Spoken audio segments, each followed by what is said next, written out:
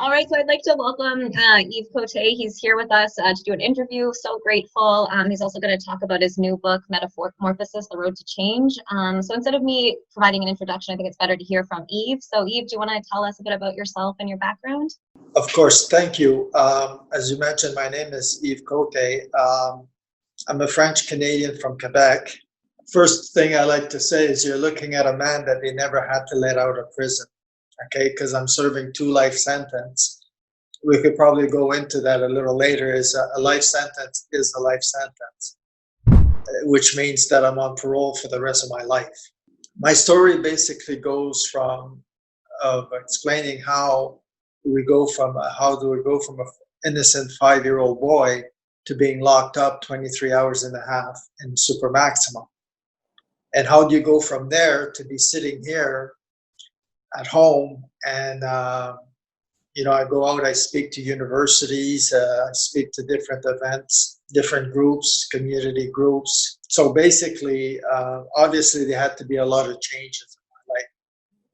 Between the age of 20 and 53, I spent almost 32 years in prison.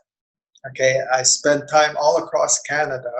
I've been in 18 different institutions across Canada. I also been in every security level there is, okay, from a minimum security to the SHU. The SHU is a special handling unit, which is our super maximum in Canada, where basically segregation is a way of life, okay? I think the longest you could be out of your cell in the super maximum is eventually you're allowed to be out. I think it's about 4 hours a day. So basically you're locked up all the time, and that's a way of life there. So as I mentioned earlier, I'm serving 2 life sentences. Between the age of 20 and 33, I got sentenced to 63 years in prison. 40 of those are life sentence because I'm serving 1 life 25 and 1 life 15. I've been out of prison now since December 13, 2013, or December 6th, I think. Yeah, it was the exact time too, like 12:01 p.m. or something. Yeah, in 2013. So I've been out for a while now, but it's also been, it's quite a culture shock coming out of prison after all these years. I'm still adapting as a today, and I'm still struggling because it's not as easy as just saying, well, okay, you're out of prison now, you forget this. But when you spend almost more than half of your life in prison and in institution, because between the age of 11 and 17, I was in and out of juvenile centers, and also a couple of psychiatry hospital. So I've been institutionalized at a very young age. It's quite interesting because I know this is probably be a question later, is I felt safe when I was in institution. So I've been out, I work regularly. I got a full-time job. I work in a plastic factory here in Aldergrove. I'm married. I have a beautiful, wonderful wife who finally has accepted me, has adopted me, and which is very, very awesome. I got a couple of grandkids through this, and I just adore them. When you're in prison this long, for such a long time, everybody you knew before you went to prison has moved on, including my family, my biological family. I did want to actually ask you about that, on like how social ties and social connection are so essential to being a human even, right? And we come to understand ourselves through encounters with others. So I come to know who I am by spending time with my family and friends. But when you're in prison, especially in solitary, I've just read about cases where you completely lose any sense of self because you're so sort of unable to even, you're not even interacting with the guards barely. And so how did you find that? Was it something that it's quite interesting because, as I was just saying, is when you're in prison for that long, Okay, some people do have contacts with their family and all that. The family keeps on contact and all that. Some of them were married before they went to prison. What happens is that I was in prison for so long that in that lap of time, I got married and divorced. Oh, wow. And that lap of time, there's a certain time that I was married and I also got divorced. And this is, there's time before and there's time after. Okay. I had a relationship and it lasted about 6 years. Okay. But the thing is that because of my history, my family has moved on. Okay, both of my parents has passed away. My father passed away in 1988 while I was in prison. Okay, and because of the family history, I couldn't go to the funeral. And well, my mother passed away when I was 5 years old, and then I was placed in foster home. Okay, and in foster home, it didn't go very well. There was a lot of abuse, physical, emotional, and some of them were sexually abused. Okay, so you know, as I mentioned earlier, the first time that I stepped into an institution, I was 11 years old, and the problem that happened then is that I didn't really feel bad about going in an institution. I actually felt safe because it was the first time that I was actually being taken care of. I'm not a person who got abused sexually when I was in institution. I know that this stuff did happen, like history speaks for itself, but I'm not a person who got sexually abused when I was in institution. So what happened is I kept on going back for stupid things. Sometimes they were short sentence, but I remember having to do 6 months here, 6 months there, 3 months over there, a year here, you know, so all these things. And there was a lot of small sentence, but I always kept on going back because I felt safe there. Did you feel like how you were sort of shaped as a person? Do you find that you were able to sort of develop within prison too, or was a lot of the development once you were released? Do they give you opportunities to learn and grow when you're in the system? The interesting fact on this one is I remember when I first went into a federal prison. Okay, the first federal prison that I've done beside the reception center that I went to a maximum security in Montreal in Saint-Anne-des-Plaines called Archambault. This is a maximum. And, you know, when we talk about maximum securities, people will always say, oh, like when you talk about ourselves, they say, oh, this is a crazy maximum. You know, it's a very violent place. Well, I've been in 4 of the 5 maximum across Canada, and all maximum security is violent. Okay, all of them is the violence is omnipresent. I remember when I first stepped into Archambault, like I was just 20 years old. Okay, and back then what they used to do after you got even, I got classified to go to a medium, but they still send you to as a transition into a maximum for 90 days. Okay, which was quite I found it as an educational time. Okay, for when you first get in prison. And being in an institution when I was a kid, spent many months, sometimes years in an institution, I kind of felt that this was just the next progression for me to go. So I went to prison, and I remember looking around the yard, and I actually remember asking me this question. I asked myself, what scares me? Okay, I was 20 years old. I weighed 130 pounds. Okay, so I was a small person.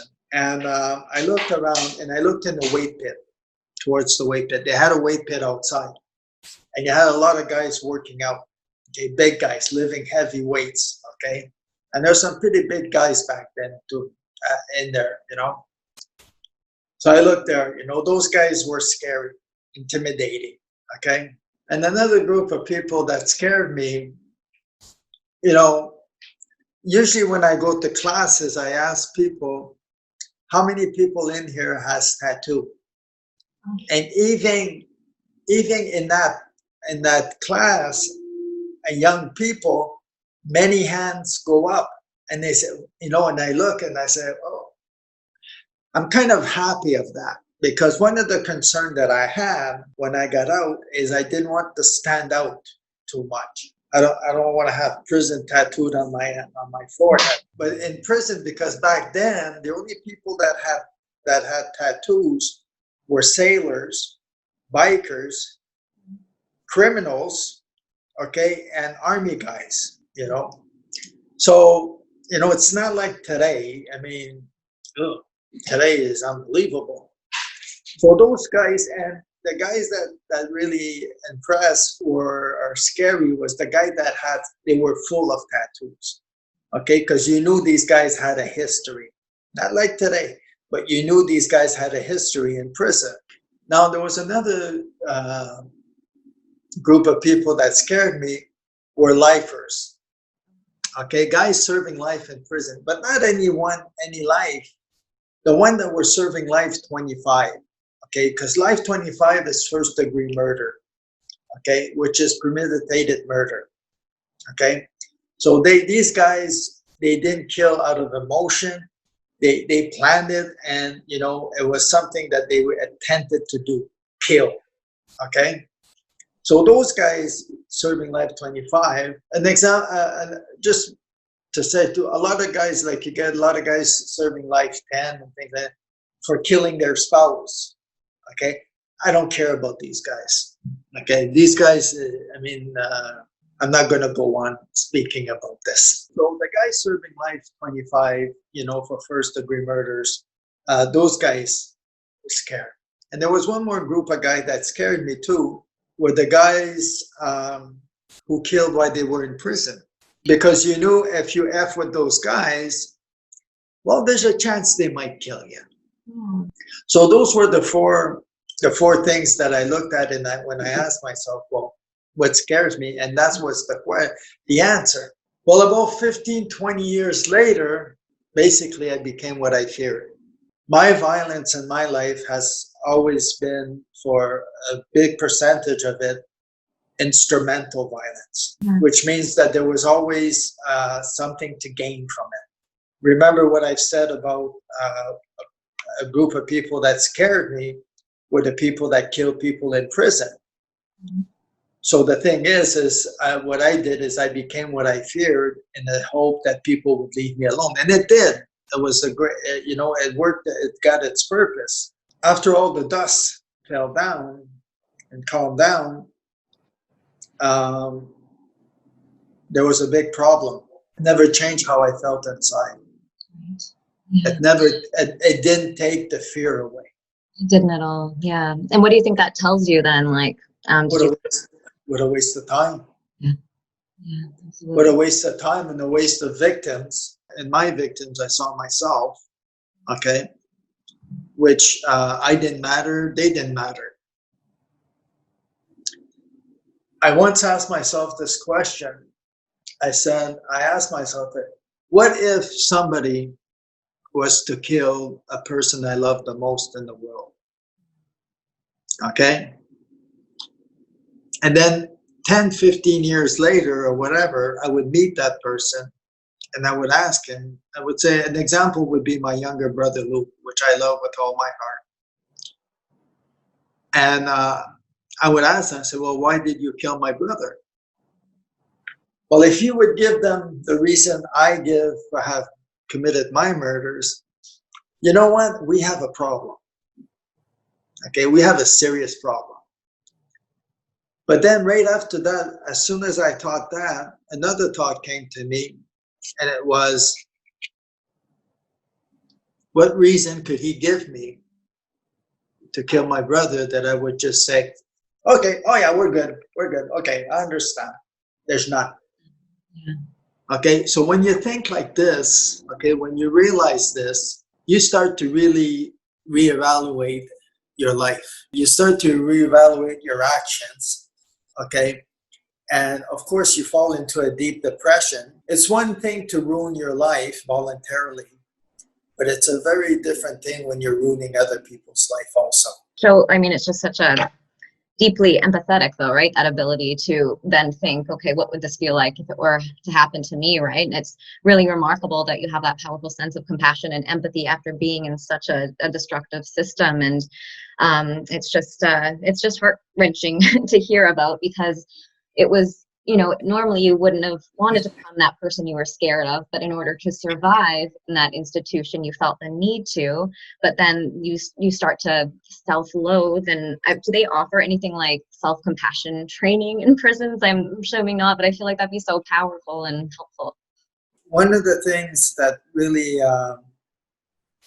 hits me when I tell my story is that, you know, when I committed my crimes, each time I committed crime and all this, I always knew what was going to be the consequences. Not all of them, because, you know, when you're younger, you know, you miss out on some of those. But I always knew that there was a lot of time involved, prison time involved for doing this. Okay. And there was also the reputation that goes with it and all this. Okay. When I committed my crimes, I was convinced that I was the only one paying for my crimes. Okay? And we have a saying, and everybody heard that saying, is that if you can't do the time, don't do the crime. Well, I could do the time because I was institutionalized at a very young age. And of course, yes, the transition between juvenile center and prison, there's some similarity in it because it is institution, but the level of violence is unbelievable. Okay, so the thing is that when I believe that I was the only one paying for my crime, I never had a problem with that. But as we go along, I'll tell you a story that made me realize that when my crime affected other people, it had a shocking effect on me. In 1995, I was placed in segregation in a maximum security because of the behavior. Some of the reasons were traffic of influence, being involved in the underground economy, and also creating a climate of terror among the population, inmate population. So I was placed in segregation. I got transferred to the SHU, Special Handling Unit in Saint-Anne-des-Plaines. My case management team came and see us, and he said, as an alternative to a long-term segregation, we're going to transfer you to Edmonton Maximum out of province. This is from Montreal to Edmonton Maximum, as an alternative to a long-term segregation. Okay, sure.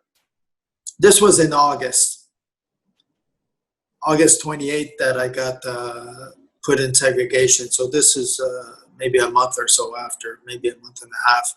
I said, okay, whatever. I went to Edmonton institution, and when we finally got there, they decided that they didn't want me there. So I was kept in segregation there. But in the meantime, I had to come back to Quebec City to deal with that murder that I committed in '93 in the institution.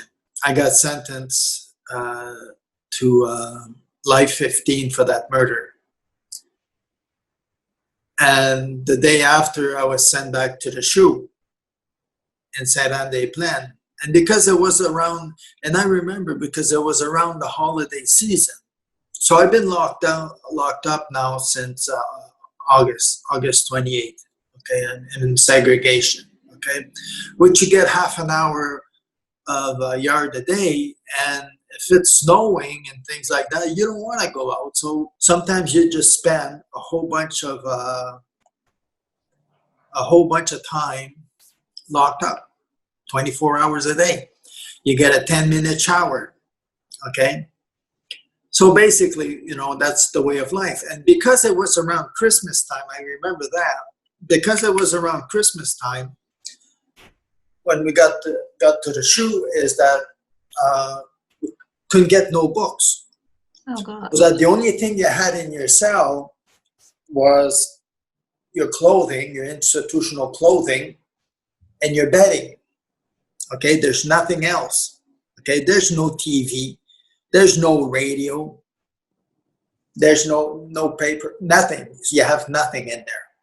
Okay, so I remember that it was around the 22nd or the 23rd of December, because I know it was around Christmas time. I was pacing back and forth in my cell, okay? And basically, it's 3 or 4 step one way, and you go back, okay? And you could see on the ground, the floor is just a cement floor, painted gray, and you could see that where the paint was worn out from other guys pacing back and forth over the years, okay? So I'm going back and forth, and there was things on my mind. It was around Christmas time.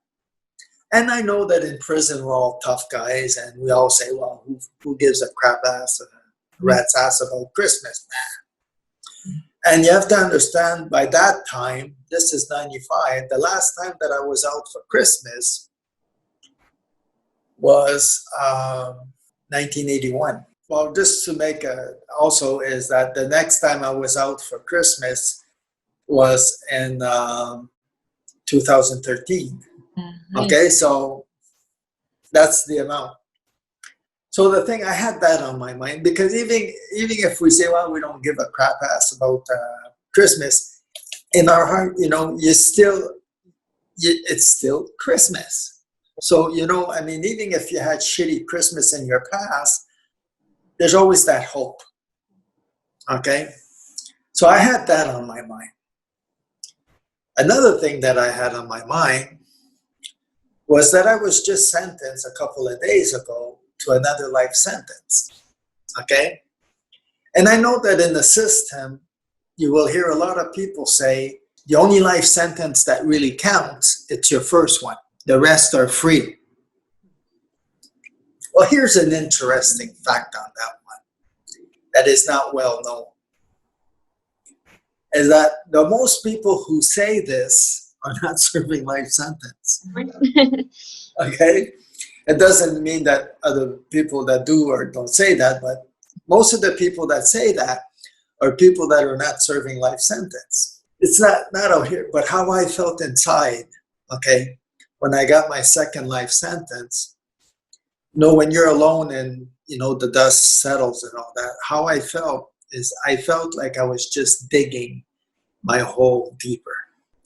It's bad enough that you're, like I said, that between the age of 20 and 33, I got sentenced to, actually 34, between 34, 63 years in prison.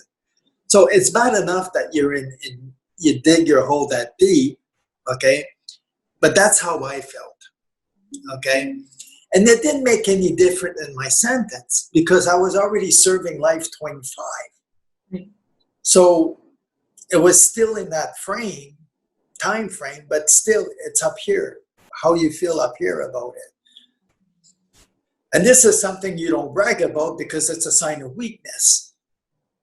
Okay, but that's how I felt about it. Claustrophobic, just listening to, it's just so horrific and not any way to treat human beings. I did want to ask, actually, so there's this amazing woman, I want to get it all correct first, named Deanna Van Buren, and so she's done some amazing work on sort of redesigning what a prison system might look like.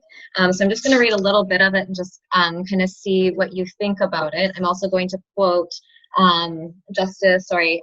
Chief Commissioner, Canadian Human Rights Commission, Landry. She's amazing, talking about prisoners' rights as well. So I'm just going to maybe quote a few of these things and then just see what your reaction is and if it sort of resonates with you in any way. Chief Commissioner Landry explains in this wonderful article, we must put an end to the use of solitary confinement in prisons, that the CHRC has long held that placing vulnerable individuals in solitary confinement denies them their human rights, and for those with mental illnesses, it can lead to irreparable harm.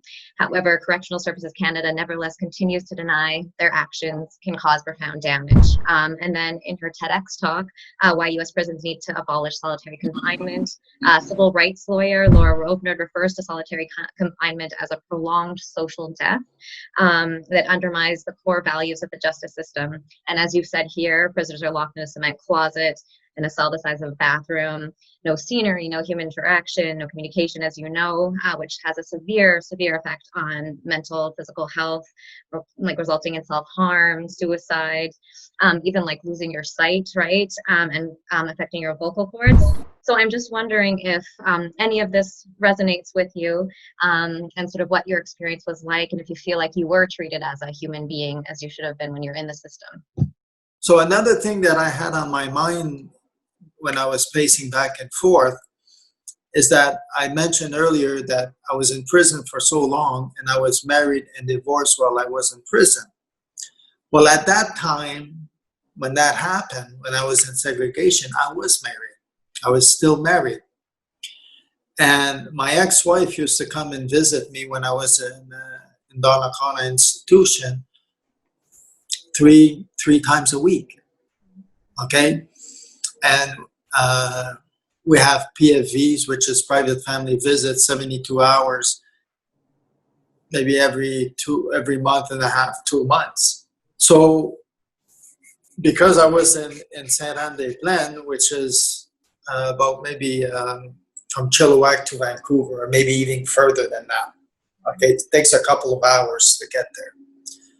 No more visits. Okay. So I had that on my mind too. And you have to understand too that I was there transit because I was in segregation in Edmonton. Right. Okay, so it makes it even worse. Okay. So I had that on my mind. You know, when you're in segregation like this, when you have nothing in there, you have a lot of time to think. And that's when, you know, we mentioned it, is that people go crazy. Okay, because, you know, you have a lot of time to reevaluate your life. And then I was walking back and forth, and then I realized there's another thing that was on my mind, is that the person next to me in the cell was my younger brother. It's not that I didn't know he was there, because I do this on purpose not to let it out before I come to this point, and saying that my younger brother was next door to me, and I know without a doubt, and I accept it, that he's in there because I put him there. My brother Luke is 4 years younger than I am, about 4 years younger than I am.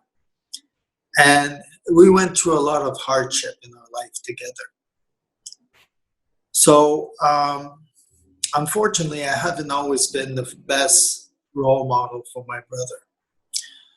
I know that he probably smoked his first joint with me, drank his first beer, stole his first car, and also used extreme violence with me.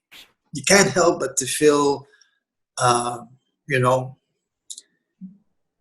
bad. I felt bad about all this. And, you know, that's actually the first time that I've realized that my crime was affecting other people. You know, when it affected me, okay, because of my low self-esteem and self-worth, I didn't give a shit. But when I realized that my crimes were affecting other people, as an example, my brother, you know what? It had a chain reaction, okay? It had a snowball effect for me, okay? And I'll explain one of these. I did a couple of bank robberies. And I used to believe that because I didn't shoot anybody and I didn't hit anybody, that it was okay. But then I started to think, and I started to reverse the roles. Because one good thing I am, empathy is a lot about that, is reversing the roles. And I started to do this. And I started to imagine how the people must have felt when I walk into a bank with a shotgun in my hand, all dressed in black, dark sunglasses, and boom, shoot a shot in the ceiling and tell everybody to get the fuck down. Now, in my mind, it was over for me, okay? Then my co-accused would go and empty the registers. And in my mind, that was over. We do that, get out. But then, I could only imagine that terrifying, how people must have felt terrified when this happened. Because even if in my mind it was done, in their mind, and that's a tremendous trauma that I created for these people. Because they did not know if I was going to kill everybody or not. If something goes wrong, something goes really wrong, and then they become hostage, or etc. There's so much case scenarios that could be made on this, different scenarios. So, and when I started to think about all this, all the violence that I've used, the people that I killed, okay? Unless you're a completely psychopath, crazy person, these things affect you. And you know what? I started to feel so much like shit that I decided then that, it's hard. It's funny to say, but the madness stops here. Enough is enough. Now, this was in 2000. It was in 95. Well, 10 years later, in 2005, I got transferred to a minimum security. But you have to understand, too, that you don't go from the shoe to a minimum security. You got to cascade your way down, okay? When you're doing a life sentence, nothing is for sure. When you're in prison, okay, there's nothing for sure. Okay, which means that you have to go through the system. And, especially if you're in there for serious crimes, they're not just going to let you out. So I went down security. And the nice thing about this is that I never went back up security. But a friend of mine just reminded me is that maybe it's just that you have a tremendous discipline. When my goal was to become violent and intimidating, to protect myself, I was very good at it. Well, the thing is that I've always, they always say to me that I'm a very goal-oriented person. And it's always the issue is always to determine what is the goal. Okay? When my goal was to be bad, I was very bad. Now, when my goal was to become a productive member, to change and to become a normal citizen, etc., well, you know what? I put all my effort into it. Now, this comes back to what you were asking about programs.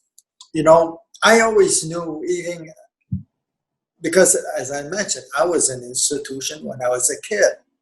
So I always knew that the help was there. The help was out there. We talk about rehabilitation. People talk about rehabilitation and all that. Rehabilitation, let's keep on remembering that you cannot force anybody to change.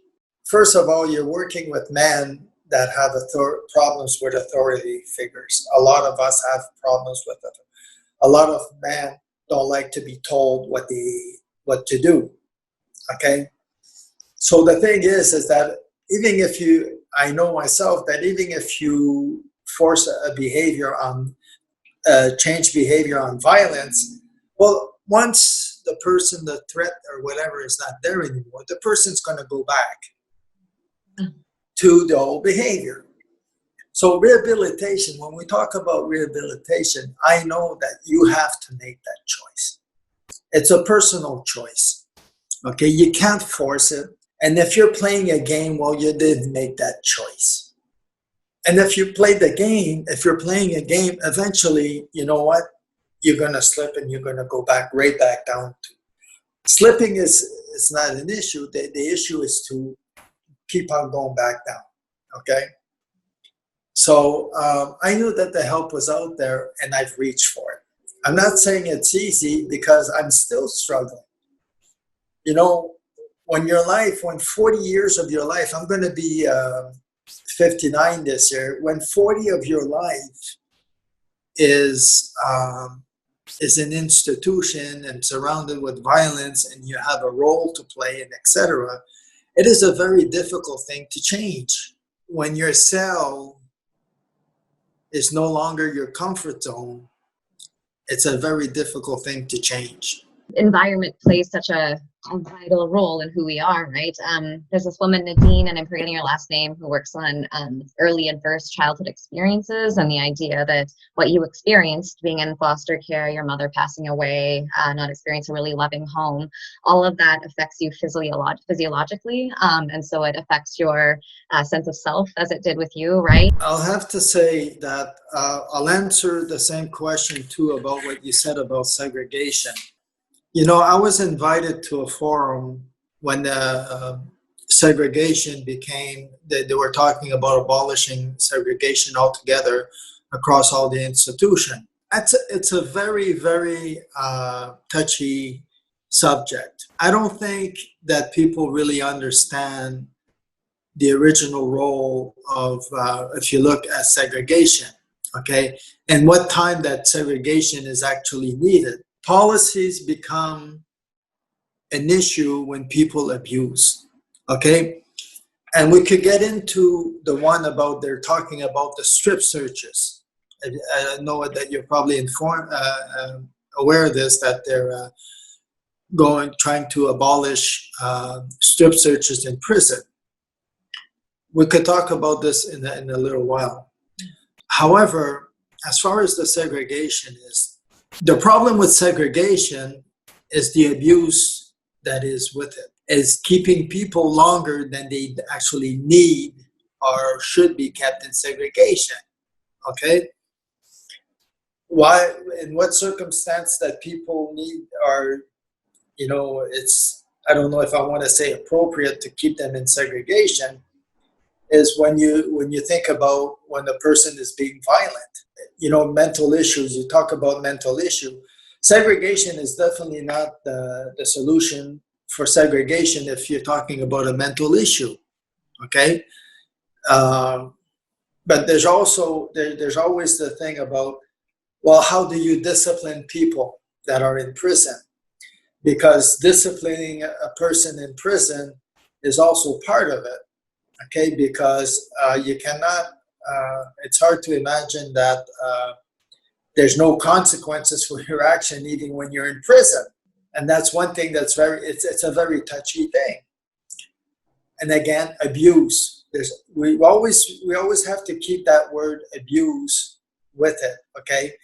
Because I do believe that there is time that people need to be segregated, okay? In certain circumstances. What needs to stop is, well, that's the only solution.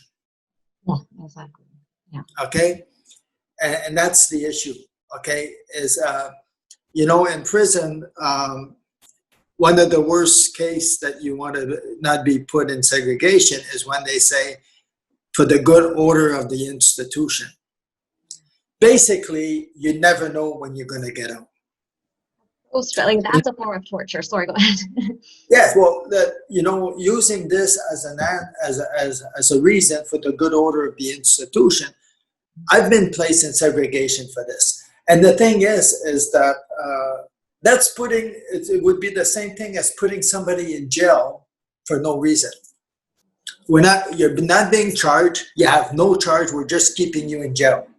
What do you do after 6 months? Okay, so that's what needs to change, okay?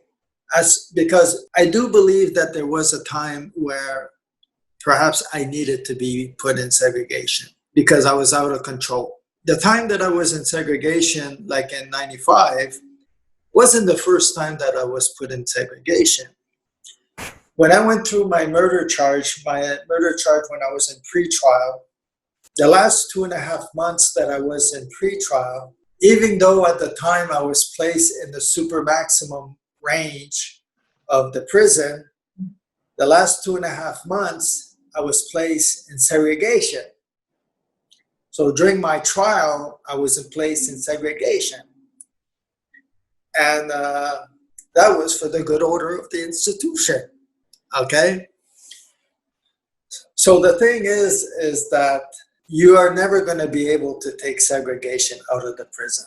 The thing that needs to be done, perhaps, is to stop the abuse, and that using segregation always as the first result, as the only one, the only solution.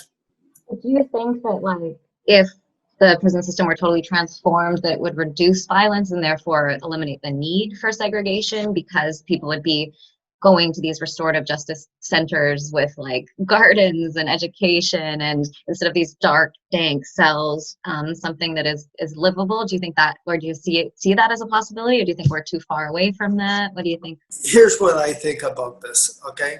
You know, it is hard to imagine, because I've been in prison a long time, okay? And I've met a lot of people. I've met some exceptional people, okay, who gave me hope, you know, for the humankind, because it's easy to lose hope in there as for humankind, because we're living also among people that are there's very evil people in prison that that are bad just because they can be.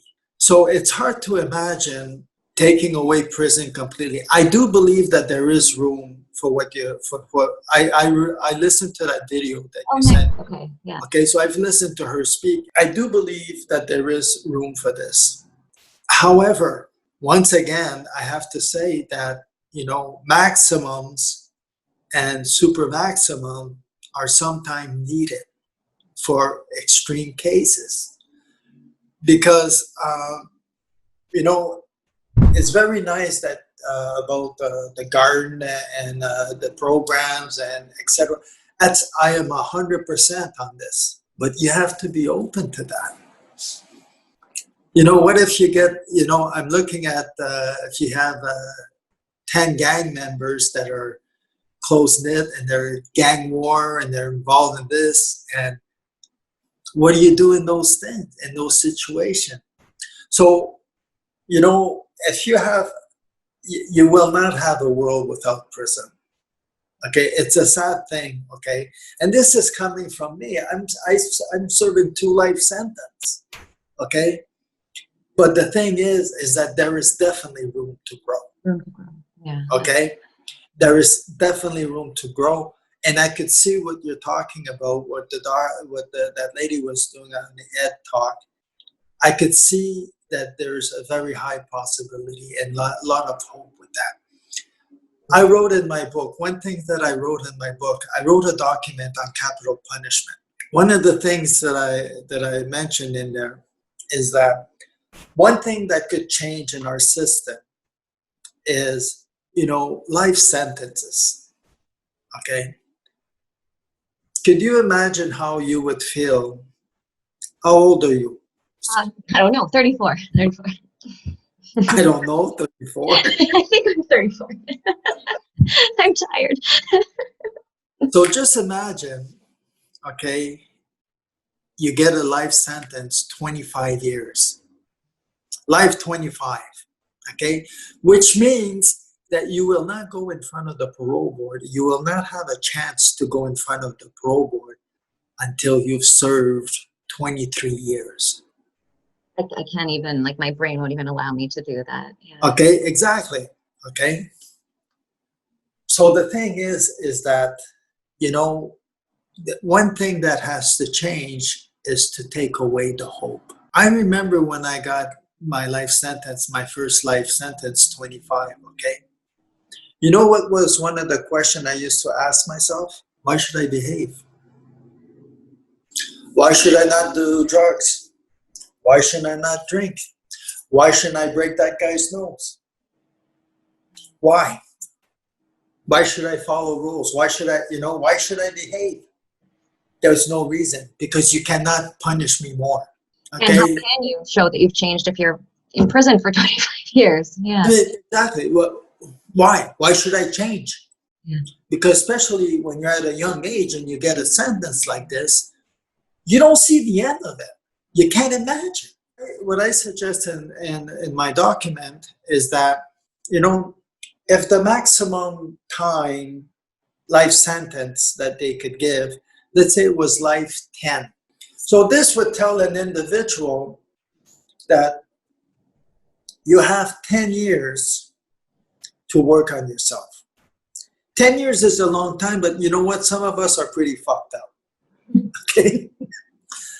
And there's always a period of time there, a transition time at the beginning of your sentence that you got, it's funny because in prison, they always give you a correctional plan. Okay? But what I realized over time is that we make our own institutional plan, correctional plan in ourselves. Okay? And I've done that. And I realized that I've done this along the way. So the thing is if you say, well, you have 10 years to work on yourself. Mm-hmm. The help is here. Here's what's available. Okay, make everything very clear. Now, this is the catch to it. I look at this and I said, well, if the person in his mind knows that in 10 years you have a chance to get out. Well, actually, a life 10, after 8 years, you have a chance to get out. Because the way that it works for a life sentence is that you're always eligible for a day parole 2 years before the number that you get. It doesn't mean you're going to get it, but it is there. I look at this and I say to myself, I say, well, like this, the security is that people who don't want to change, well, you know what? It's their choice. So even if you give a life 10, it doesn't mean you're going to get out. But it means that you do have the chance to get out. You have something to work towards. Exactly. Exactly. And the difference between a life 10 and a life 25, you're looking at a decade and a half. We're not talking about months or years. We're looking at a decade and a half. I was in for almost 3 decades. 3 decades. You know how much life changes in 3 decades? So the thing is that that's one of the things that I wrote in my document. But I also talked about capital punishment also. That's brilliant, right? Because if we are trying to rehabilitate people and help them become better people, then we have to facilitate. Would you say that they have enough resources to do that, like libraries and education programs? Or when I first started to do time back in the early 80s, okay, the medium that I was classified to go to, okay, was called FTC. Okay, it's in Laval. It's called Federal Training Center. Okay, in French, is CFF, is Centre de Formation, Centre Fédéral de Formation, but it says FTC in English. And this institution was focused on trades. Most of what it was mostly people doing their first or second sentence. Young guys, young prisoners, okay? And they had all kinds of trades in there, okay?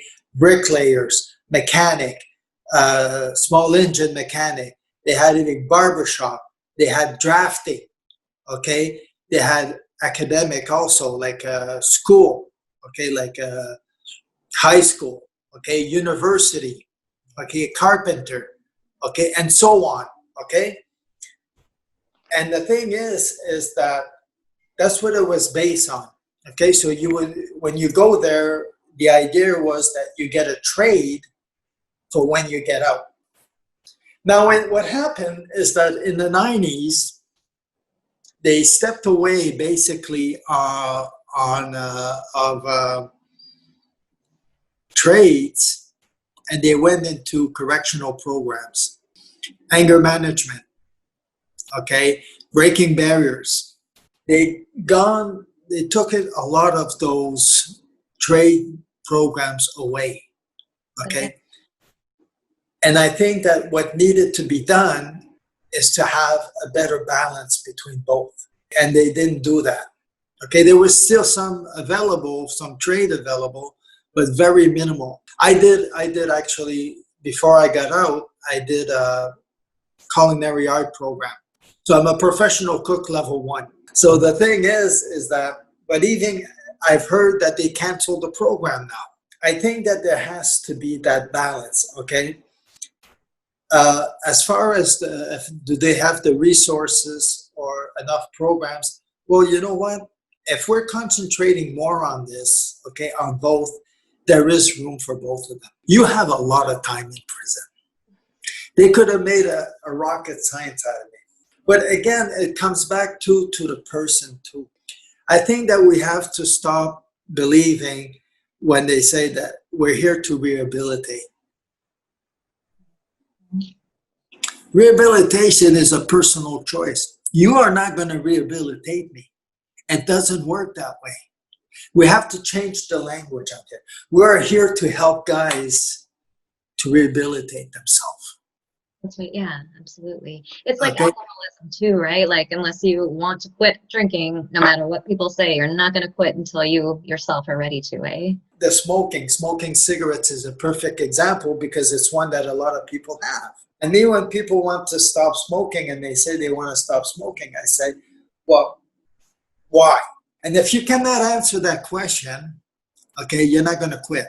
Me, I've always I'm like stubborn but disciplined, but when I decide to quit something, I quit it, okay? And a lot of people too, they have to understand that. People say, well, I'll change when I get out of prison. Yeah. No. Changes is difficult, okay? It is a difficult thing to do. However, it's a personal choice, okay? And it doesn't go without any struggles. I do believe that there is a room for what that lady was saying, okay? But you cannot take, I've met many people in prison, unfortunately, that I know should never be let out of prison. And this is coming again from a man serving life.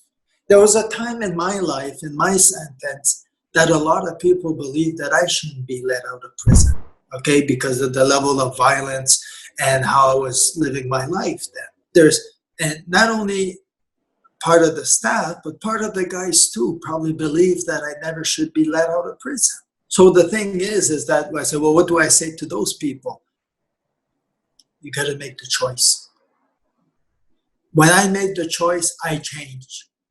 I wasn't forced. You can't force a man to do something. You can't force a man like me to change. You have to, when I made that decision, I was able to do it. But I reached out for the help, and I couldn't have done it by myself. There's no way I could have done it by myself. I needed help, and I still struggle. I've been out almost 7 years now, okay? And I'm still struggling out here. Have you any idea how much the cost of living has changed? My next question actually is, they provide you resources for when you get out, or? Like I said, the one thing about, when you were in prison for this long, everybody you knew before you went to prison has moved on, okay? Your old friends, your relatives, your close relatives, your family members, everybody moved on. And, you can't be mad on that, okay? Because let's say we were friends and you say, well, you just got sentenced to life 25. Am I going to wait till you get out? I knew better, but no, really not.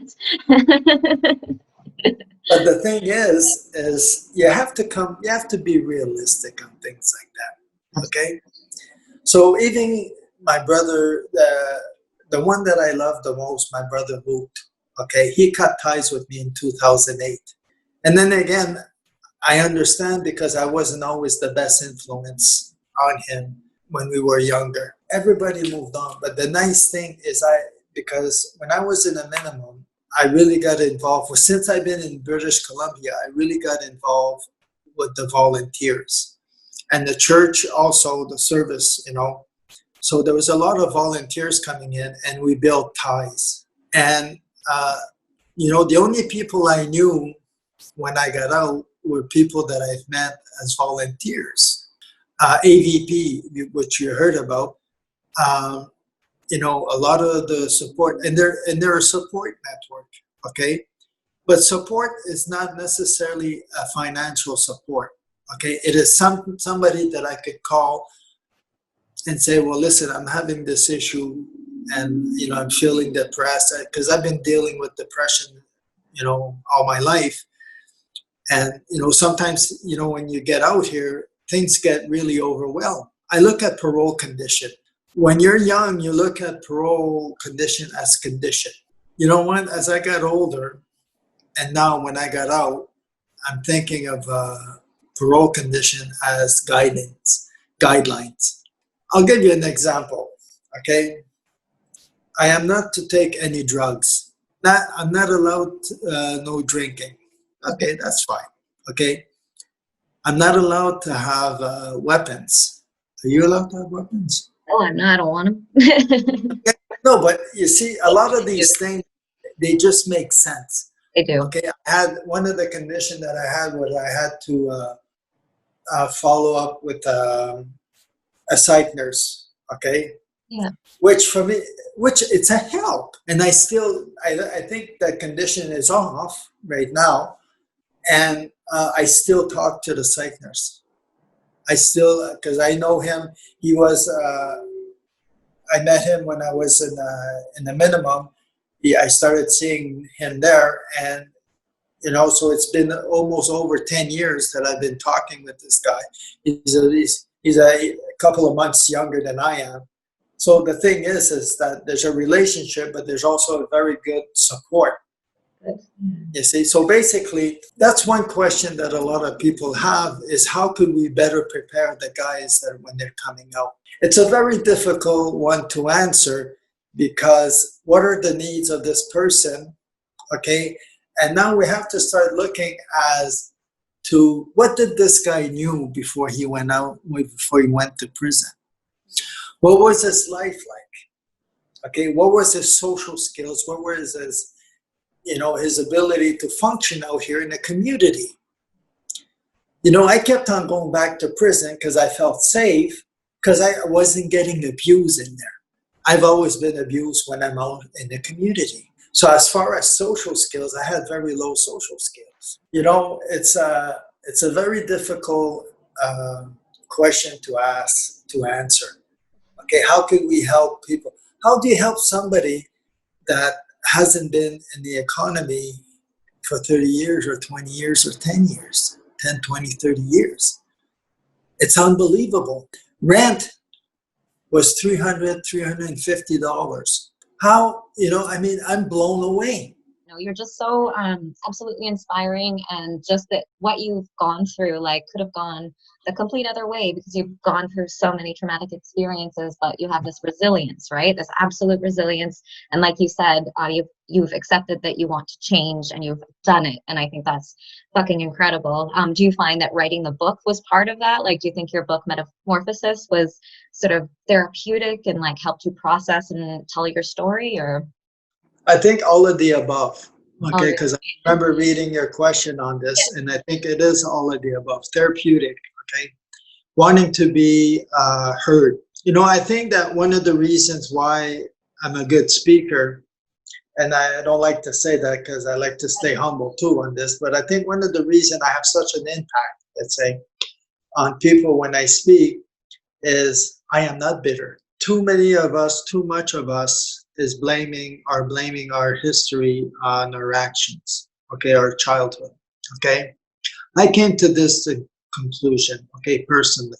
I will not take responsibility for what I've done when I was a kid and the way that I was treated. I did not deserve to be abused, okay? I did not deserve to be neglected, etc. That's unfortunate that it happened. And I do realize today that I would have been treated better if I would have been a family pet in some foster homes. But however, I take full responsibility for what I've done as an adult, the decision, okay?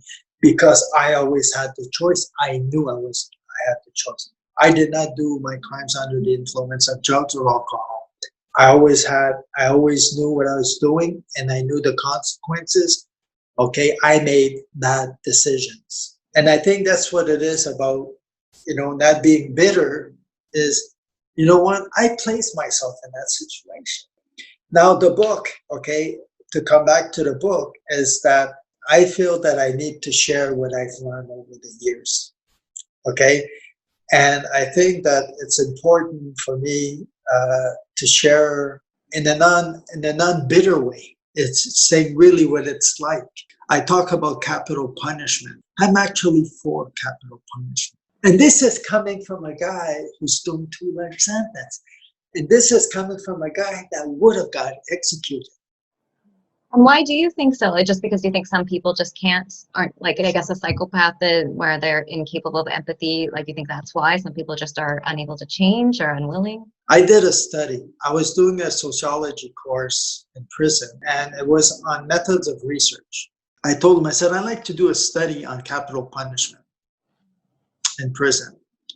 So I did that. I wrote out a questionnaire. The one of the question was saying this: knowing what you know, and I only did it, the questionnaire, I only passed it to people doing life in prison. The rest, I don't care. Okay, I wanted to know the opinion of people doing life in prison. So I wrote a questionnaire, and one of the question was this: knowing what you know now. Okay, this was in the medium security, so most of these guys have been in for a while.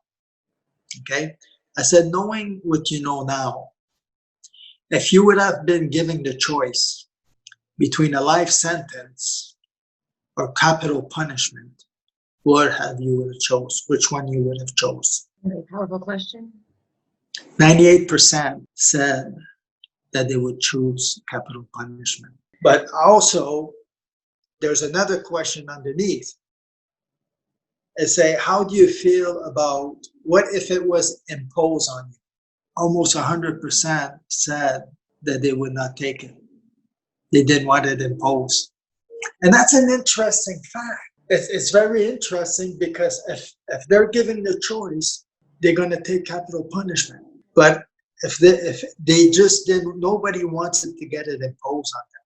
Capital punishment is not cruel. It's not a cruel thing doing capital punishment. You have to look at it in the perspective of a man who's doing this time in prison. What's crueler, keeping a man in prison for the rest of their life or putting them asleep? The difference between prison and the free will outside, free will, we're not free, but outside, is that in prison, you exist. Outside, you live. You see the world through your TV, okay, the newspapers and whatever. You're not part of it. In my document, I write, and I know sometimes I use rude word and all that, direct, and I say, who would be against this? Who would be against capital punishment? I look at the people who are against. Life is a life. Well, I know that it is much crueler to keep somebody in prison for the rest of their life than to put them asleep. Because you know what? Is it worse getting raped or is it worse getting killed? What's worse here? Is it, and you know what? I went through sexual abuse when I was a kid, okay? And it's something that I still struggle to this day. So what's worse? And it's the same thing when people, these humanitarian who say, oh, a life is a life. And you have to be careful because, a life is a life. Yes, but you know what? Sometimes death, capital punishment is better. And you know what? I would have chose capital punishment. People, what they usually ask, and I know what's going through your mind is, what about now? Now that I'm married, I had a volunteer in prison one time that asked me the same question. Because I wrote this a long time, and I speak a lot about it because of my situation. And the volunteer said, "Well, how do you feel about now that you got all this time?" I think by that time I had 20 years left on my life sentence. So I didn't have an answer when he asked me because like when I write too, I don't just write to fill out the page. I write because I got to, and this was a good question. So I saw him about 2 months after, and I said, "Oh, I got the answer for your question." And the answer for me was, "Why don't you go and ask my second victim's family?" And what did he say to that? Sorry, go ahead. He had the same reaction you had. Yes. And that's the only honest answer that I could give on this. Because if I would have chose capital punishment, there wouldn't have been the second victim. And also, but you have to understand too, the way that I was presenting it too was that, let's say you're found guilty of a murder, and before they sentence you, they tell you your possibilities, okay, your choice. I still going with that life 10, but also capital punishment. And my thing was that don't answer right away. Come back in 90 days. Talk to whoever you want. You're in prison anyway. You're not going nowhere. So come back in 90 days and give me an answer. Now, if you're not guilty, because you do have cases like this, and that's why the impose comes in. If you're not guilty, you're going to choose automatically. You're going to try to fight this, okay? Your sentence, okay, which is fine. But if you're in a situation, as I was, that you're guilty, you're guilty, you did it, and that you're looking at all this, and you know what's cruel about capital punishment is the time that the people are serving on death row. For me, that's what's cruel about capital punishment. Okay, not the fact that they're put to death. For me, if you're guilty, okay, and we're not frying people. It's just like going for surgery. You put you to sleep, and after that, you die. So you were talking about the idea that 98% would choose it if they had the choice, but then what was it like? Most of the people decided that if it were imposed, they wouldn't want it. So is that something you think that people should be given like an option of? Absolutely. Yeah. And people that say, "Oh, it's wrong, it's wrong, it's wrong." Economical. In the book, Alana wrote a nice subject on it, was the $1 Million Man. How much did it cost to keep me in prison for all this time? Right. That's Alana Abramson, right? Just a good friend. Okay. And the thing is that I gave her a timeline of the prison I was in, okay? And like that, you could calculate how much it would have cost. An average, what would it cost to keep me in prison from the SHU, maximum, medium. I've been in every security level there is. So how much that would have cost, okay? So the thing is that when people say, "Oh, it's wrong, it's wrong, it's wrong," I think that it's cruel. People say, "Let's keep them in prison and throw away the key." You think you're being nice? I could never understand why in the States, when they win an appeal on death row, and the result is life in prison without parole. What the fuck did you win? Look at Harper was saying about, life means life. Okay? Do you actually think, you know what? After a while, prison doesn't matter. Okay? The time that you have to do doesn't matter. And you think that bigger sentences is a deterrent? No, it is not. Okay, the worst thing that you could do to anybody is to take away the hope. Hope is a terrible, terrible thing to lose. Now they could give consecutive life sentence. Why are you giving me 75 years? What are you doing with this? You're just telling me that I'm going to die in prison. And so why would you do anything? Why would you change? Why would you contribute when, why would I behave? So the thing is that, that's why I am for capital punishment. And I've been in a situation where, you lose hope because, when you're in segregation, what sometimes people don't understand is I look at the shoe, okay? I remember sometimes counting how many words I would say in a day because in the shoe, there's an intercom in your cell. They'll ask you if you want breakfast. And that's not, oh, what's on the menu? No, it doesn't work that way, okay? The answer, it's yes or no. Do you want to go to yard? Yes or no. Do you want to have lunch? Yes or no.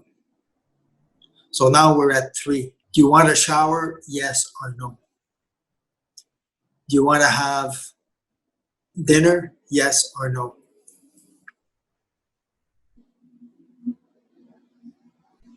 Can't even.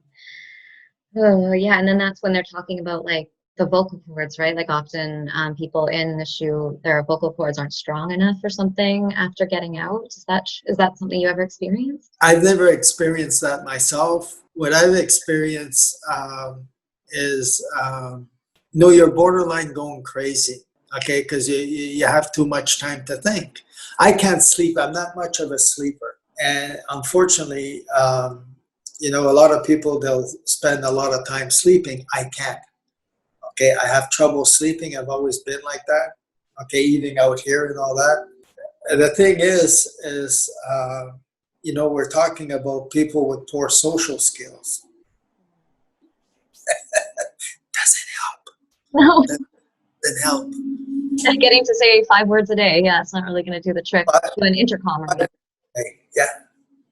And it is like that. And I've seen it, and I remember counting that. I remember doing that, counting how many words am I going to say today. Did you ever talk out loud to yourself just as a way to, like, I don't know, speak? No, yeah. All in here, you keep it in here. And in the show too, the thing is that basically, even if you have neighbors and things like that, is people don't want to be bothered. People don't want to hear noise. People don't want to hear anything because, I don't need to hear this. And the shoe is different than if you're in the segregation in the pretrial or something like that, because in the pretrial, it's a gong show. Okay, there's a lot of noise, people screaming. It's a lot horrible. It's different for that because I don't like the noise myself. Did they ever give you, so you said you didn't have books. That's like, was there ever a point when you're in, like, that you're given anything? Yeah. Yes. Well, yes, after a while you could, after the holidays were finished, for the first 2-3 weeks I had no books, but you could ask books from the library. They had like a binder, but no steel in it or anything, one of those plastic ones, okay, for the ties, and you just look. And they had books, and then you write down your requests. You write a list of books because to see what's available and what's not available. Okay, so now let's go back to the education. Yes, that's the next thing. Perfect. We're totally on. Yeah, let's do it. One of the issues that I have is dyslexic. For a long time, I felt like I was stupid because in our society, if you can't read or write, a lot of times you're viewed as stupid or mentally. So for a long time, that's how I felt. And it wasn't until I did a course in psychology by correspondence, and it was about human development. Okay, that I read on dyslexic. I understood that there's two causes. There's two possibilities here. It could be a physical thing. Okay, neurology thing, or it could be a psychological reason. And I understand that it is the emotional aspect because of the losing my mother when I was 5 and being placed in foster home and treated the way that I was treated. There was a lot of emotional turmoil and trauma in my life at that time. That affected my ability, it gave me a learning disability.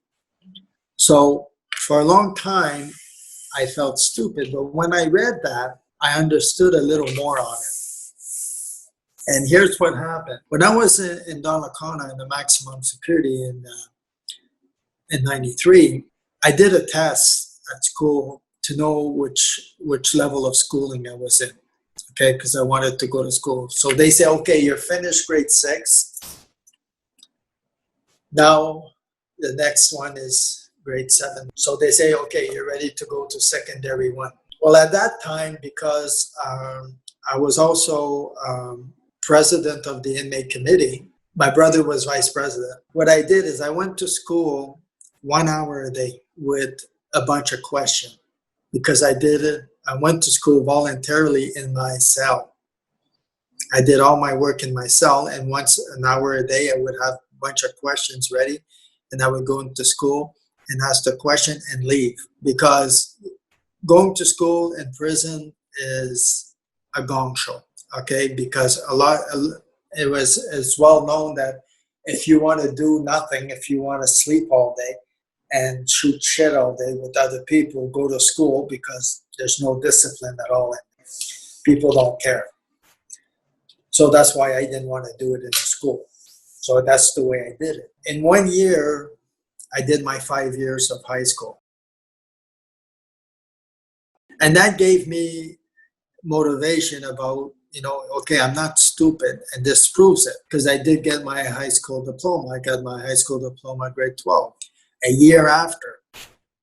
So the thing is that this is, again, how we are in the community, okay, how we are treated, how we treat people, how we label people. Have you always been really good at being able to sort of see things from others' perspectives? Is that something you would say you were born with? No, that happened. No, that happened to me. For me, that happened. The biggest change was that night in the shoe.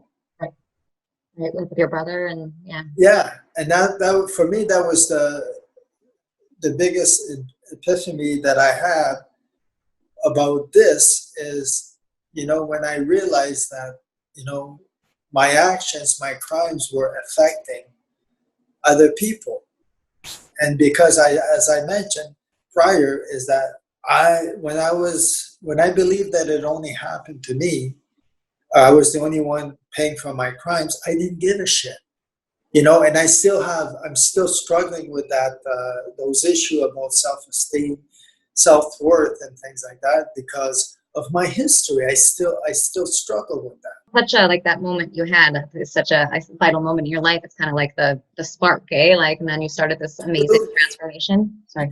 And you see, you can't bullshit this on people.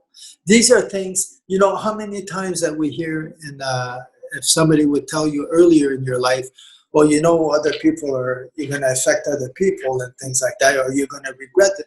You're not even hearing it, And a lot of times, the way that it has to work is you have to live this. And that's what happened to me, is that finally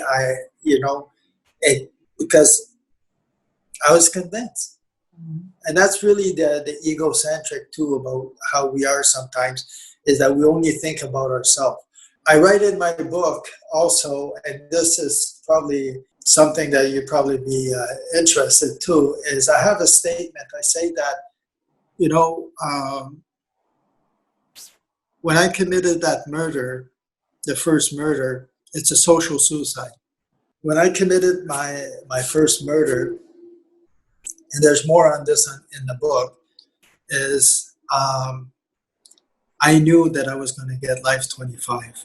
I knew it before I shot, before I pulled the trigger. And you just didn't care?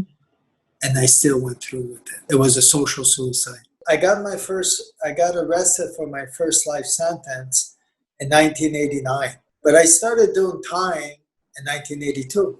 During that little period of time, I got out 3 times. I got out 5 months the first time. You guys gonna forget about that. 5 months the first time, 3 months, almost 3 months the second time, and almost 3 months the third time. Okay? So the last time I was out prior to this time was in 89, and I was out close to 3 months. That's why my book also, when we talk about my book, the audience for my book, psychology is another part of the book that would interest people reading the book, because I do talk about the state of mind that I was in and what happened and how instrumental my violence has been. It covers so much, by the way. Yeah, just Alana, your friend who helped edit it, my friend too, I love her. The book is for social science students, researchers, faculty, and anyone interested in trauma, transformation, criminal justice, but also literature. Yeah, like you said, psychology, philosophy. It just kind of has it all, doesn't it? And so I guess maybe this is a good way to end this. I really want to hear more about the book. We talked about a bit. Why did you write it? And I also want to know sort of the message you're trying to impart. What's the main message? And finally, I just wanted to quote. The main message, one of the main message too, is that I want to make with the book is that people can change. And that's when I was saying that for a long time, a lot of people believed that I would never be getting out of prison. But then again, here I am. And that I am actually a person that did change. And that's a big message of the book. And also another reason too is for people to understand what it is to be in prison. And not in a negative point of view. I mean, not being bitter or, F this, F that, F the world. No. Here's what it is, okay, on capital punishment, what I talk about capital punishment, when I talk about the faith hope clause, okay, when I explain exactly what you have in your cell. Okay, what is it like? We talk about being segregated these days. That's a new thing about outside. They have to quarantine themselves. My goodness, do you think I find this difficult? No, not at all. It's a breeze. Hey, look, I went to get this morning. Well, that was so lovely to talk to you. You're actually going to be speaking to my Arts 1100 course, which I'm so excited about. So the students will be very happy about it and looking forward to meeting you. And this was such a wonderful, powerful, informative interview. It really changed my perspective in so many ways. And I'm so glad we're getting to share this. So thank you so much for being here. It meant so much to me. Thank you so much for giving me this chance again. And until next time. Yeah, wonderful. You're amazing.